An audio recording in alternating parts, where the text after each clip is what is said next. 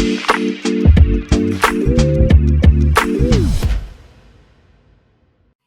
right, hello and welcome back. Preds Power Hour is here because it's Friday, and that's what we do on this Friday local hour edition. Bryan Bastin of On the Forecheck is here. Bryan, good morning, sir. How are you? I'm doing fantastic. How are you? Not too bad, not too bad. Got the power back. Got destroyed. I don't know if y'all got destroyed in Nashville, but in Knoxville 2 days ago, we got pelted with a crazy storm where the neighbor across the street, their tree got struck by lightning. And then that tree exploded, and then that tree fell on a power line that connected our two houses. So we were without power for a long period of time. So there was a reason as to why there was no podcast like in between. There was like a little bit of a break, is that I did not have power. So I spent a lot of time at Mahalo Coffee working yesterday. And that was like Wednesday night, right? Yes. It swept through here like really quickly. It was sunny at like 7, no cloud in Yeah. the sky. And Bryan, when we say that like it turned into like World War III outside, it was insane. Like it was one of the more insane storms I've ever heard. We were at a cookout at a friend's house, and we came back and our power had gone out. We just weren't there to see it. Yeah, man, that was crazy. A tree fell on our neighbor's house. That's scary, man. It's going around. Yeah. But that's so scary. We were thinking about like, do we need to call somebody to be like, hey, can you just come look at all of our trees and let us know if this is like what the odds are of them falling on our house? Like, let's just go ahead and get rid of it. Like, what is the cost? Let's just go ahead and chop this thing out of here, because I don't want a tree to fall on me. That's not something that I really am all that interested in. But it's way more common than you would think. Like, that's the whole thing, is like, you think, oh, what are the odds? It's like, well, I don't know. Mine. It's when I was younger, a tree that was in our yard fell on our neighbor's house. It didn't fall on our house, unfortunately, for that guy. Oh, wow. His house. And it smashed his back patio and like I think his like breakfast nook window that was in the back. I remember that. I until like this moment, I've forgotten that happened. I hadn't thought about that in years. That's funny. That's what this podcast is for. Just going down memory lane. You never know what's going to call back out. But that's Charlie Burris of A to Z Sports, who's also here. Guys, we have some this is ostensibly not a weather report in Knoxville, Tennessee, but a Nashville Predators podcast. So we should talk about the Nashville Predators, who, as folks are listening to this, maybe most likely Trenin will have made or the arbitration outcome will have come out. But the question is, so we'll start with you, Bryan. If it does come out based on what you think it will be, how much does that influence the possibility that the Preds do other moves? Like, how are you looking at that now? What's the number? What are your expectations? And you can be clairvoyant, Bryan, here, because we're going to find out one way or the other if you're correct here. Yeah. I was thinking about, I'm going to try to do a called shot here. So, so I don't think it's very odd. I don't think it's happened in quite some time where the arbitrator usually has 2 days after the hearing to decide the outcome and the amount. But yesterday, I guess some news came out that he had asked for additional time. And so as of 11:19 local time here in Nashville, we still haven't heard anything. But I will say this, I'm not quite sure what the holdup might be, just for the fact that I don't see, it's not going to go above his ask, which was like 2.4, I think. And then the NHL mandated amount that the offer sheet or the offer had was, I think, 1.4. Sorry, I don't have that in front of me. But so, I don't think that it's going to be because they're waiting on some, like, it's going to be like 3 million, and as the rules go, the player elected for arbitration. So the team will get to decide the term of it. So it'll be 1 or 2 years. But they currently right now sit just under $4.1 million. And so, even if it was the team ask at like 1.3, that still puts you down at about 2.7. It could go down to 2. So whoever if the Nashville is still looking for players, especially free agents, such as a Phil Kessel or something like that, even now without Trenin's contract on the books, $4 million, $4.1 million doesn't give them a lot of wiggle room there, especially since the last few years, David Poile has wanted to leave a $3-4 million, gap, underneath the cap. So that way he had some flexibility during the season. But I will go ahead and say that I'm going to go ahead and do my called shot. I think he gets 2 years, 1.87. Is that a win for Nashville? Yeah, I think so. This is a guy who's kind of, he wasn't expected to be as much of a contributor as he is. They had some, when he signed his last deal, I believe there was a point where he was, thinking about going over to the KHL. His agent is a guy who's pretty famous with Russian players to play hardball and make big public comments.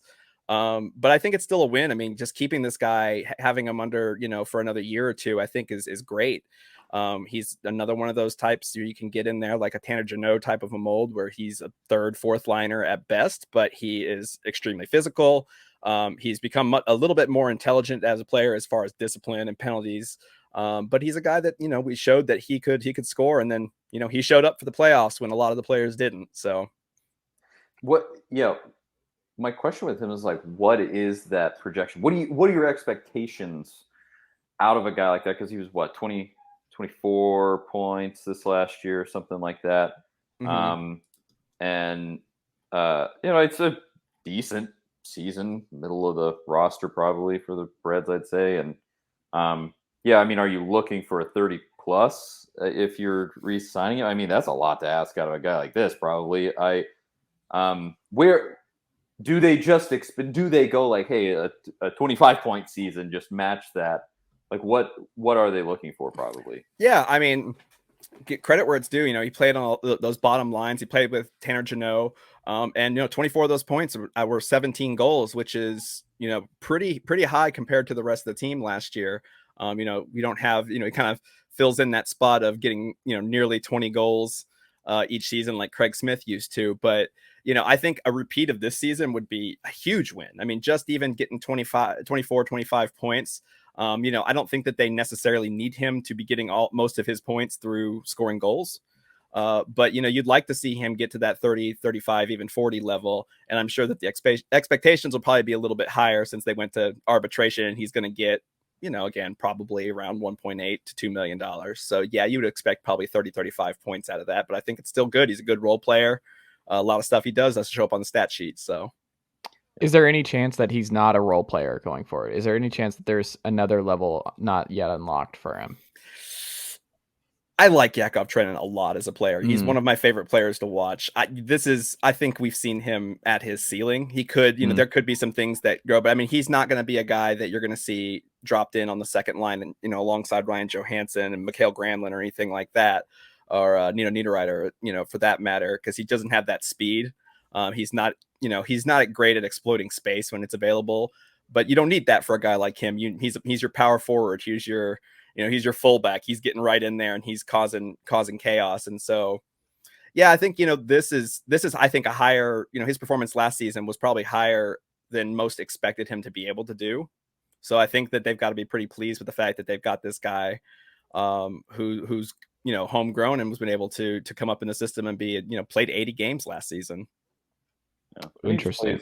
Plays with effort. That's what I want to see out of everybody on this roster, because they've just in these years where they've kind of been middling and all this mediocrity, that's just been a contagion. It's just you watch them and you go like, really, is this all we got? Are we really putting it all out there on the ice? And yeah, I'd argue that I saw that a lot personally. This is my personal opinion with the players under Laviolette. I think that the players are all from all of the talks that I've had and the guys that I've talked to on the team, they're big fans of John Hines as a coach. He's a player's coach kind of guy. And honestly, if last year, if there was an issue, it might have been on the other side of this where there was a little bit too much effort because all that effort translated into the most penalty minutes in the league. And so, that's true. Yeah, it's, you got that dog, he's got that dog in him, but he's not on the leash. And that could describe a lot of the team, is that they got to get him back on leash a little bit. He can't be running around biting children.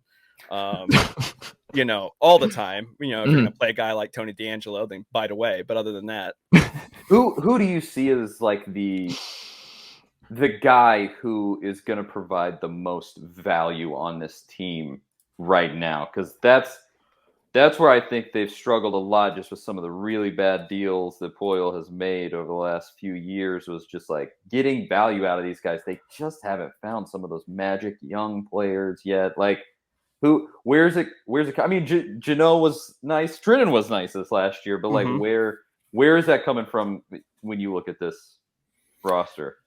I mean, so, on most years, you would say you'd look at the top of the roster and say, why we're not getting the value out of the top of the roster, but your two highest paid forwards and your highest paid defensemen just blew their, they're making Philip Forsberg's 8.5 now. Duchesne's at 8. Yossi's just a little over $9 million. I'd argue that we got the value that out of those contracts there. But, I think it's going to be in a guy, a similar guy like what Ryan McDonough can bring. His contract $6.7 million. And so that's one of those guys that he's got the experience, he's got the discipline, the effort that obviously, as just looking at as what he's done in the last few years, I think he's a guy that doesn't have to come in and score a ton of points as a defenseman. He's there. He's going to be there probably with Matthias Ekholm or Dante Fabro.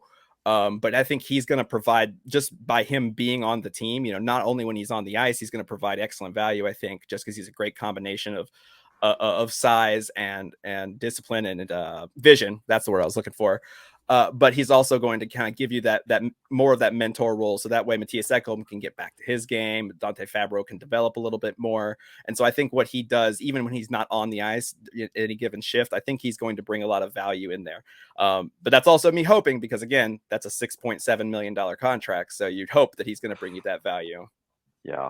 I mean, that's any of those guys, the contracts at the top of this roster just scare the hell out of me. Like like a Duchesne, it was a great surprise, really surprise season, because I had really tempered my expectations with that guy, and he came through. But you just look now, like, can you continue that? Same with Forsberg. Can you actually bring that during these seasons where you're making huge cash?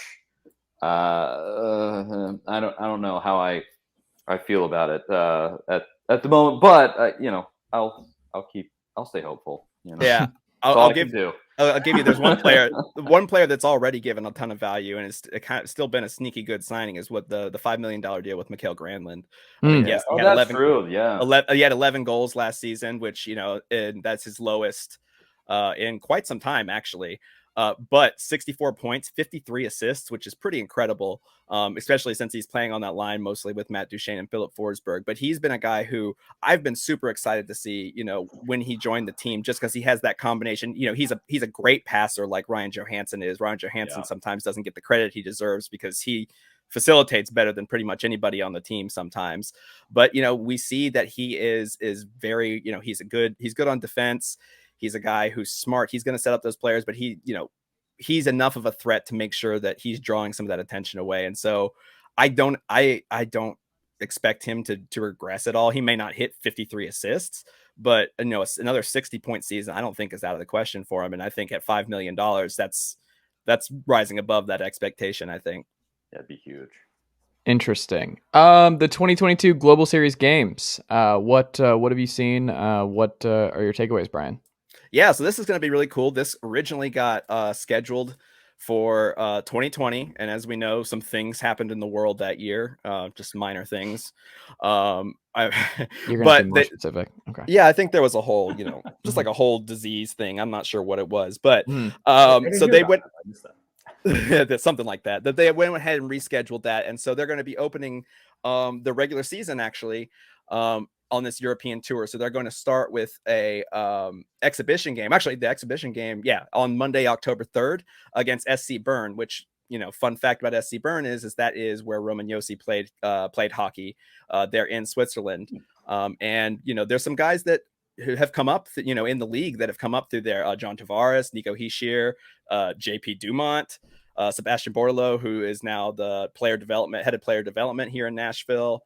Derek Waugh, just a lot of guys have come through there, and it was really exciting to hear about this because at the time when the game was scheduled and announced, SC Bern had just actually hired Florence Schnelling, who was the goaltender for the Swiss national team in the Olympics about 10-12 years ago. And so I got to actually talk to her about that, which was really great. She's no longer the GM, I think there was ownership change. And so she got pushed out, but it's going to be pretty exciting. They're going to have a pretty, a really good home crowd to kind of come see, now that you've got, You've got Roman Yossi, you've got Nina Ryder, who are Swiss players, and so that's going to be great. And it'll be fun to kind of see an exhibition game, and hopefully the Preds come out of that one winning 8-1 or something like that, as they should. But exhibition, you never know; it could be all of the AHL guys in there too. So they'll have that, and I think that's going to be super exciting. And then they actually start the regular season in the Czech Republic on the 7th and 8th, and they play the San Jose Sharks. Yeah, they play San Jose Sharks after they finish training camp in Europe, and so that'll be really cool to see how that goes. And I'm excited to see, it's just a change of pace. It's something different. We had the Stadium Series last year. We've had the Winter Classic. This is a regular season game at the very beginning of the season, so it's probably, but it'll be nice to see if Nashville can win one of these special games. Yeah, that's the thing, is that they've blown those stadium games. Like, how about we win one of these? Have they done this have the Predators ever, because they've done out of country games before. This is the first time the Predators have done it. I think so. I know for a fact that it's the first time they've played a regular season game overseas. Okay. Yeah. So, but I'd have to go back and look. I'm not entirely sure on that one. So, but it's going to be, I think it'll be cool. It's the San Jose Sharks. They're rebuilding their team from the ground up once again. They took Luke Cunnin. So it'll be the first time that Nashville gets to see Luke Cunnin again. And again, of course, knowing the rules of how these things usually work in sports, Luke Cunnin will have a hat trick in that game. Yeah. As part of his 6-point night. And those will be the 6 points that he sits at for the next 2 months. That's mean. I apologize, but no, it's probably gonna happen. Don't worry. Yeah. It's just knowing how this usually works. But no, I mean, it's going to be really exciting. The Predators have some packages you can go through with them to do a whole travel thing and go with it. I haven't even looked at the price because I don't even, just saying those words, I just had like a thought in my head saying, Bryan, don't even talk about it. You can't afford it and never will. It's pretty good exchange rate right now. Yeah, it's not bad. If ever there was a time to go, if you haven't been hit by all the other stuff happening here, maybe you're doing okay. But yeah, it would be fantastic. I've been to Switzerland. It's more beautiful than like the pictures even show. Like, it's just an amazing country. Lots of chocolate, stuff like that. But yeah, it's awesome. And so I'm really looking forward to it. I will have to see, because I don't know if they've announced like the time that it's going to be at and what time that means it's going to be for us Americans here, but it'll be fun to have like a late evening or like an early morning game or something. I'm guessing probably like 10 a.m. or something for us. I don't remember how time zones work, so I apologize, but none of us do. It's always nice. It's like getting a late night, Thursday night, like MAC game or something like that, getting a little action. It's the same type of thing. It's a game that's on that shouldn't be on at that time. And so you're like, yeah, we're definitely going to watch that. Yeah, I was going to say, it reminds me of the early season college basketball tournaments where you get the games in Maui. They come on, I guess in Maui, it's a little bit different, but you get those games for some of these early season tournaments that are like 10 a.m. And you're like, oh, I just woke up and there's basketball on. How about this? Yeah. So I'm hyped about that. That's the beginning of the season. It's a weird matchup that they chose the Sharks, I guess. But if you're playing in the Czech Republic, who knows? There's no matchup that I go like, oh, well, it's in the Czech Republic, of course we'll play. Yeah. But it should be fun. I'm just excited to have the hockey back. It's always, you get all of that ramp up this whole time where we sit with essentially no sports except for baseball, and we just have to twiddle our thumbs all this time, and then it all just goes right at once. Just, you get everything. College football starts, the World Series, basketball starts in November, hockey starts, right? And it's all just right there. I'm like antsy about it. I'm gonna start sweating. There. I need you to stop, Charlie. I know. We're almost there. We almost made it. I'm jonesing. Yeah, I can only look in on talking about the business side of an arbitration deal for a player that's going to get $2 million, or watching videos of football teams in walkthroughs and street clothes, and being like, oh yeah, that's it, that's what I need. But I'm you get to a point usually around July and August where you start fiending. So do you around this time of year? I know this is what I do, but am I the only one? I watch like clips of games of the like for this whole month. I'm like watching like clips of the Kentucky-Tennessee game last year, the good moments. from last I year. love that the if you classic watch stuff with moments. that where none of the TVs like actually caught the first score of the game. Like it's never Yeah. caught. Like he's just already running. Like it's just over. You missed the play. That's just never. We're never going to see that because I wasn't in the building for it. Of actually what happened those first 2 seconds. It's he's already No off one and will running. ever know. No. So Well, we do know he scored, and well, that's people true. forget that. People forget that the Tennessee Volunteers did beat the Kentucky Wildcats on the road last year. So when you're thinking like, oh, Kentucky SEC East title champ, no, Kentucky's losing to Florida and Tennessee this year. Like they're losing to both, and Georgia. They're going 0-3 against the big group. Yeah. People forget that, and that's not just a hot take. I think that's a fair assessment. Like you're definitely not beating Georgia, Florida. Bad history there, and I think it's in Gainesville this upcoming year, and it's week 2 right after Florida plays my Utah at home, which I think they'll lose. They're not starting out 0-2. They're going for blood at that point, and I just feel bad for where that. I don't feel bad. Who cares? We never feel bad for Florida. No, or Kentucky, really. The whole Tennessee thing I've resolved to is just I've moved on from this part of my life where I'm just like, all right, here's what's going to happen. They're going to beat either Georgia or Alabama, and they're losing to South Carolina at the end of the year. It's going to be the most Tennessee dumb thing ever, and I hate where the South Carolina game is on the schedule on the road in Columbia.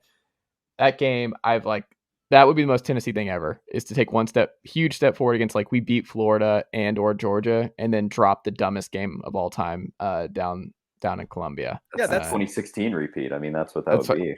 That's what I feel in my gut, Charlie. That's what I feel in my gut right now. But we'll see. No, I'm with you. The domination over Kentucky has like kept me alive as a Tennessee football fan, because they really have gotten a big head in recent years where they're like, well, we're a team. We know how to play football. No, you don't, Kentucky. Take a seat. No, just stop. We know. Like, just concentrate on basketball. It's okay.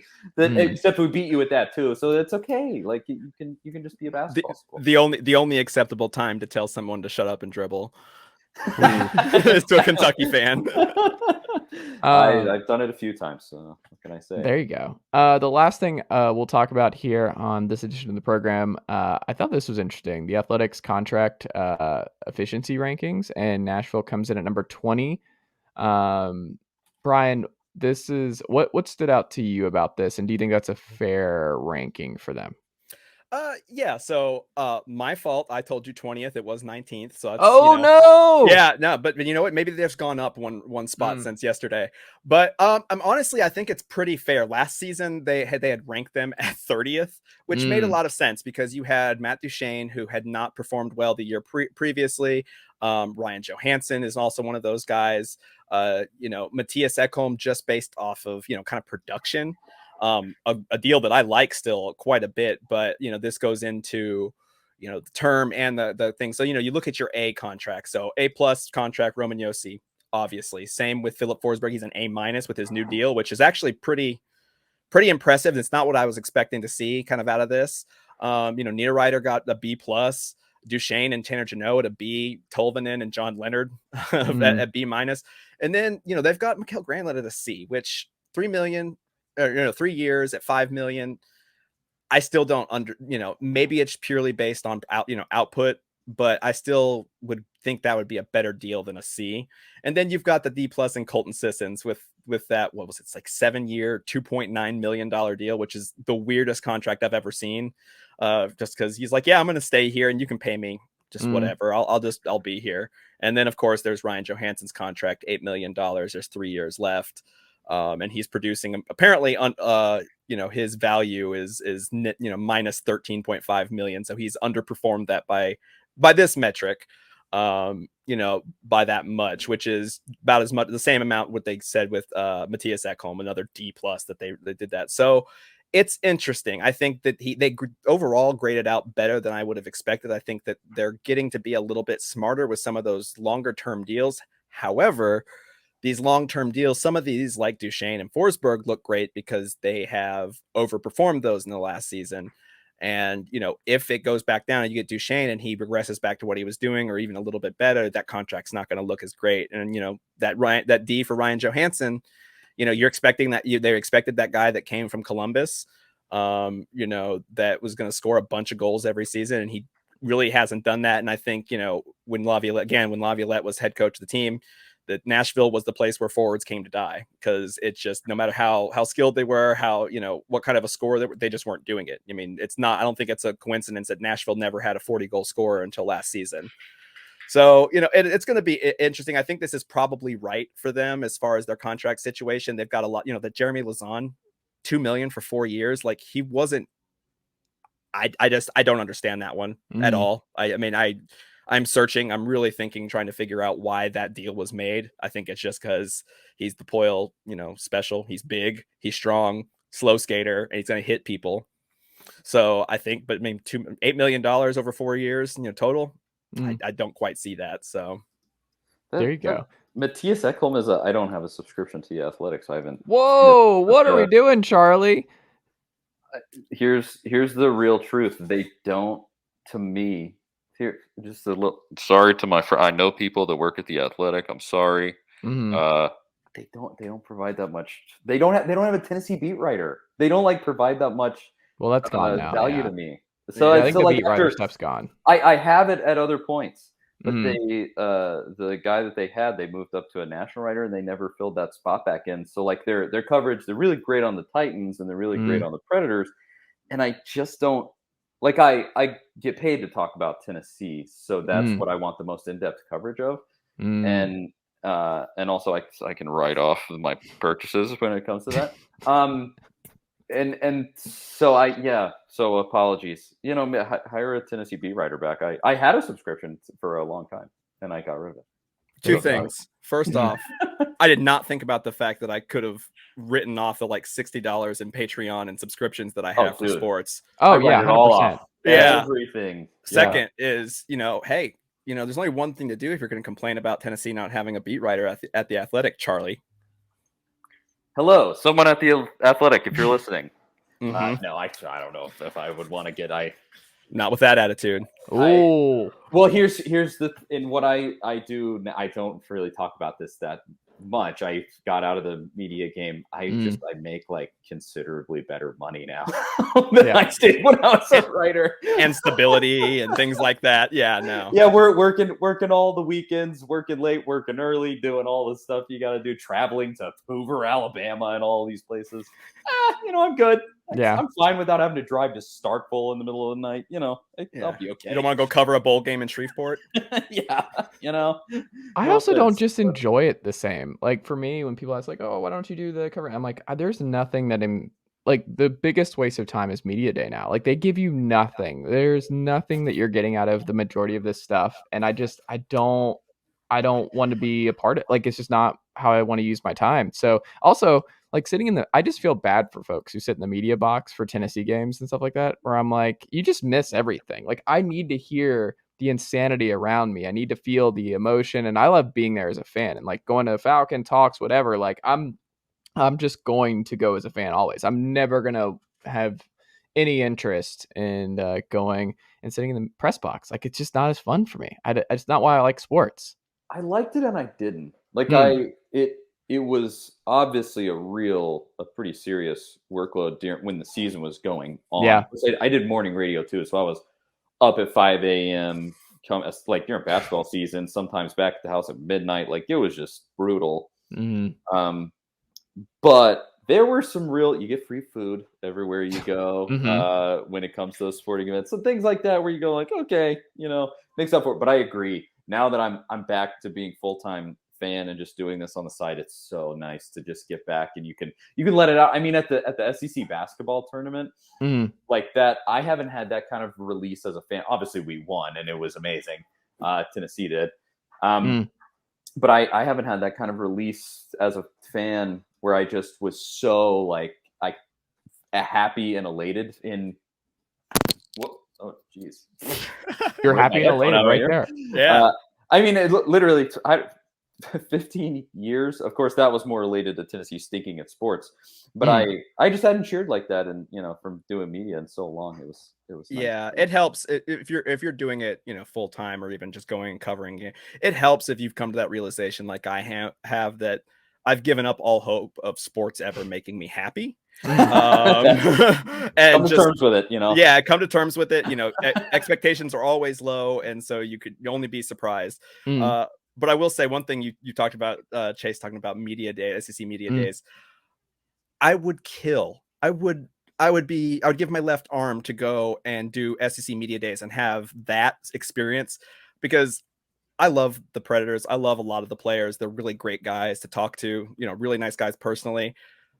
Talking to players and coaches in the NHL is maybe the most boring thing, I think, in all of sports as far as it comes to the media, because, one, there's language barrier, which a lot of these guys are really great at getting over, but two, it's hockey. I mean, they have all those, parody videos online. You're just like, yeah, we really got to work on getting pucks deep. We got to make sure that our shift times are doing. It's the same. You can get a bingo card with all the things that they're going to say, because usually, the coaches want them to respond in a certain way. I just would love, and I really hate that I didn't get to cover the Predators as media when PK Subban was here, because it was a breath of fresh air. It was like personality, which is something that gets beaten out of a lot of hockey players. I want my Deion Sanders moment. I want my Dennis Rodman showing up. I need some of that in hockey. You just don't get that. So SEC media days, just so I can sit there and, listen to Saban be passive aggressive about somebody, like, heck yeah, I'll take that. Here's what you want is, let me tell you, folks, and this is why I love high school football for a multitude of reasons. It's one of my favorite things, and like actually covering his media, like I love that, and I'm excited for where that's going, and Rivalry Thursday and all that, and being on the field. Like, I love that, because you get animation, you get players and coaches who are completely unfiltered, and they will tell you whatever they're thinking about anything. Like, they're honest. They'll open up about stuff. They'll open up about scheme. They'll open up about personnel. They're just, if you want to have a real conversation, like, that's the way to go. High school football coaches and players and everything else, like, that is still the untouchable one, where it's like, that is a real enjoyment, where you can just shoot the shit with those guys, and they will be completely honest with you, and all have different kinds of personalities and quirks and stuff. I very much love high school football and being able to talk with all those dudes. That's why it's on the pod every week. It's like, I genuinely like love doing that. That's why, go ahead. Well, so I never covered high school football. That's interesting to say that, but that is, as a reporter, I mean, that's the whole thing, is when you can actually get candid moments out of guys, and that was why there were two things covering Tennessee that I look back on and will forever look back on fondly. It was when everything was falling apart with Butch, because you almost knew going into the press conferences on Mondays something weird was going to happen. I mean, it was just, I was there for the Champions of Life. I was there for the fell on a helmet with Shai Tuttle. I was there for the Philip Fulmer replaces John Curry and the whole, like, all of just the wild stuff that happened through that. And it was all PR controlled, but it was just these moments where you were like, what's going to happen? Where, at the press conference where Jeremy Pruitt got fired and Fulmer goes, well, we did have good recruiting that whole time. And you go, Phil, what are you doing? What are you thinking? Just stuff like that, where it's just like, even when they're trying not to have candid moments, you end up seeing it. And then Tennessee basketball. Rick Barnes is so great. He like, very much to your point, Brian, like, when it's all wrapped up, and football is, almost any college football team you cover is like that. They get the PR team in there and they go, hey, don't say much. Keep it simple. Don't, it's all PR'd. And Rick Barnes just goes like, we sucked. It was terrible. And then the players walk into the room and he goes, hey, there's Fulkerson. He sucked. He was bad. That guy right there. And then Fulkerson gets up and he goes, yeah, it was pretty terrible tonight, And it was actually like good to cover, because they wouldn't just do all this talking around and trying not to say something without saying anything. Like, that's really the motto with them. It's the worst. And so those were the two things where you really didn't know what was going to happen. It genuinely was like fun to be there for. I do want to put in a little caveat, because I feel a little bit bad the longer I sit on what I said. It's not boring necessarily to talk to these. It's just not as entertaining. You're gonna get very standard answers, unless it's something where, it's a really bad loss, or it's the player you're talking to got into a big fight or something like that. Then you might get something like that. But everybody's been really great. Hines has been much better with the media, from what I hear, than Laviolette was. He's pretty straightforward. He looks like he's a terrifying person. But he's pretty nice guy. I've never had any issues whatsoever. But just, you just need that guy that comes in and it's like, he's too good to tell him to shut up. You just have to let him do it because he's that good. I mean, I kind of had that feeling when, you get that feeling like when I was at UT and Bruce Pearl started. I've got 3 Bruce Pearl stories and I can tell none of them on this podcast, but that was the kind of guy he was. He was, one of them was at a children's hospital telethon that I worked at, and I still can't tell you that story. So I mean, you get those types of guys who, when they walk in, you're like, oh, what's he going to say? Like, I know we're going to have something. What's he going to say? I feel like a lot of people have stories about Bruce like that. That's when I was still in college at that point, and I worked at a golf course that Bruce was a member at. Mm-hmm. I was just the cart guy during college to make money, and Steven would also tag along, and I have some similar where I'm kind of like, you wouldn't believe what's happened, and I'm not going to say it in public here, not trying to get sued or whatever. And so, yeah, that seems to be a theme with old Bruce. Fortunately or unfortunately for him, I don't know. It's just the kind of guy he is. There you go. Well, Charlie, Bryan, that is all I've got for today here on the Preds Power Hour. Fun as always, guys. Yeah. I greatly appreciate you making the time, and I will talk to y'all both next week. Thanks a lot. We'll see you next week.